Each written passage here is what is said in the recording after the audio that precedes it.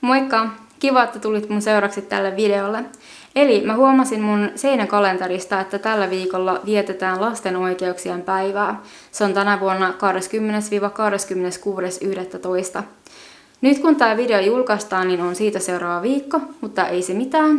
Idea on joka tapauksessa se, että haluan nostaa täältä esiin lastenkirjoja, mitä on sattunut lukemaan juuri tällä viikolla.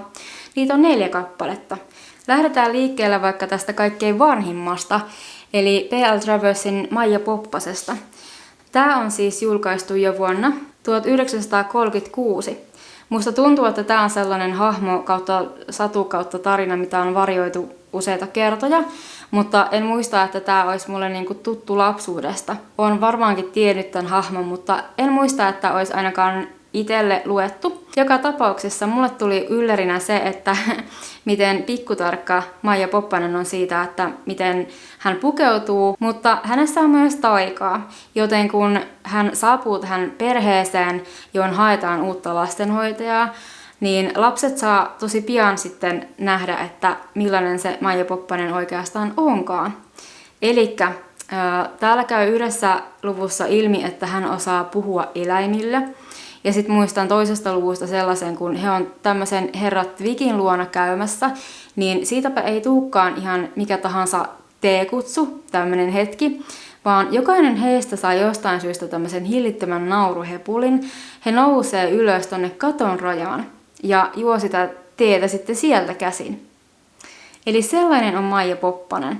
Eli lasten oikeudet, on tärkeää, että jokaisella lapsella on jonkunlainen turvallinen aikuinen elämässään, vaikka sitten tällainen henkilö kuin Maija Poppanen, eli lastenhoitaja, näni. Muistan omasta lapsuudesta, kun olin päivähoidossa, niin oli kiva leikkiä about samanikäisten lasten kanssa. Oli Simba ja Nalaa ja tietenkin oli vaikka mitä Disneyn prinsessoja siellä mukana ja sun muuta. Ja sitten sellainen hyvin elävä muistikuva on tää, että varsinkin yksi tietty ihana päivähoitaja, niin kun se laittoi meille sokerihuurattuja muroja kuppiin, niin se ei ollut mikä tahansa kuppi, vaan muumimuki.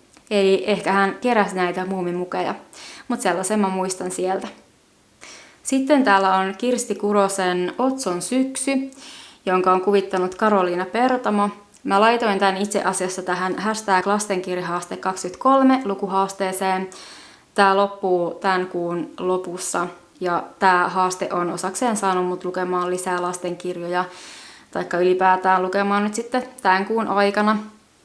No, tässä kirjassa on hauskaa muun muassa se, että tässä alku on vähän niin kuin loppu ja loppu vähän niin kuin alku. Eli lopussa kerrotaan siitä, miten tämä Otso tapaa koulussa uuden luokalle tulevan oppilaan, eli Piikkisen, eli Siilin. Sitten tällä Otsolla on kaveriporukka, jonka kanssa ne muun muassa uittaa tikkua sillan alla ja pallottelee ja on vaikka mitä pelejä ja semmoista.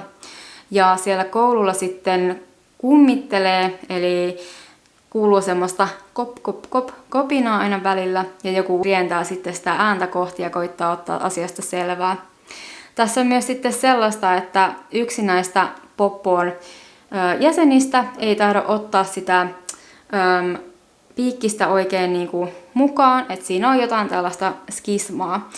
Jolloin, kun puhutaan lasten oikeuksista, niin tulisi mieleen tämän kirjan kohdalla, että on ihanaa, että on ystäviä tai ystävää, jonka kanssa voi jakaa asioita, voi kertoa asioita ja voi vaikka jännittää yhdessä, oli sitten tämmöisestä koulun haamusta kyse tai mistä tahansa, mutta että tulee semmoista turvaa myös sieltä ja hauskuutta päivään.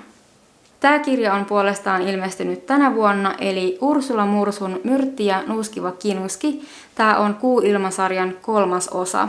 Ja tämä lähtee siitä, että Myrtin isi on nyt myös tuolla Kuu-ilmassa ja alkaa oppia pikkuhiljaa asioita, mitä noituuteen kuuluu, eli semmoisia asioita, mitä Myrttikin on näissä aiemmissa osissa oppinut. Myrtti kiinnostuu tässä kirjassa myös kasvitaijoista. Tässä on sitten vielä sellainen juttu, että Myrtti saa mummultaan kirjeen, ja Myrtti on sitä mieltä, että mummulla ei ole nyt kaikki ihan kunnossa. Valitettavasti isi tai muut aikuiset ei oikein lähde tähän asiaan mukaan ja ajatukseen, joten Myrtti kokee, että hänen pitää itsekseen nyt keksiä, miten voisi mummua auttaa. Myrtti ottaa seikkailun mukaan tietenkin Fugan eli puhuvan pehmolelunsa. Ja lisäksi sinne lähtee Lovisa, eli samanikäinen kaveri, ja Lovisalla on myös lelu, joka osaa puhua. Lopussa, kun Myrtti tulee sieltä seikkailulta, niin hän käy isin kanssa keskustelua siitä, että Myrtti on oikeastaan jo aika iso ja hänellä on oikeus opetella kulkemaan itsekseenkin siellä kuuilmassa. Eli jos Myrtti on kokenut huonoa omatuntoa reissulle lähtiessään tästä asiasta, niin enää ei tarvitse, isi ymmärtää häntä. Olet tarpeeksi iso, kyllä sä osaat itsekin asioita tehdä. Sitten tämä 4. kirjastolaina, eli Anna-Elina Isoaron ja Mira Malliuksen 2 tätiä nimeltä Veera. Tämä on muuten Finlandia-ehdokkaana ja Finlandia-voittajat selviää tämän kuun lopussa. Tässä aiheena on lapsettomuus. Kirja lähtee siitä, että Esperin ja Viljamin vanhemmilla on joku riita. Ja ne toteaa sitten lapsille, että kuulkaa, että meidän pitää ottaa nyt vähän yhteistä aikalisää ja lähteä pikku lomalle. Ja lapset menee sitten 1 yöksi toiselle Veera-tädille, eli oliko se nyt isän vai äidin sisko, ja sitten toiseksi yöksi toiselle Veera-tädille, joka on sitten isän tai äidin sisko. Lapset kysyy molemmilta tädeiltä, että miksei teillä ole lapsia, ja molemmilla tädeillä on sitten omat vastauksensa tähän. Koen tämän kirjan tärkeäksi ja myös samastun tähän, koska mäkin olen aikuinen, joka on ihan omasta syystä lapseton. Eli mä en ole koskaan kokenut sellaista, että olisinpa jonkun vanhempi, haluaisin oman lapsen ja sitä kautta perheen.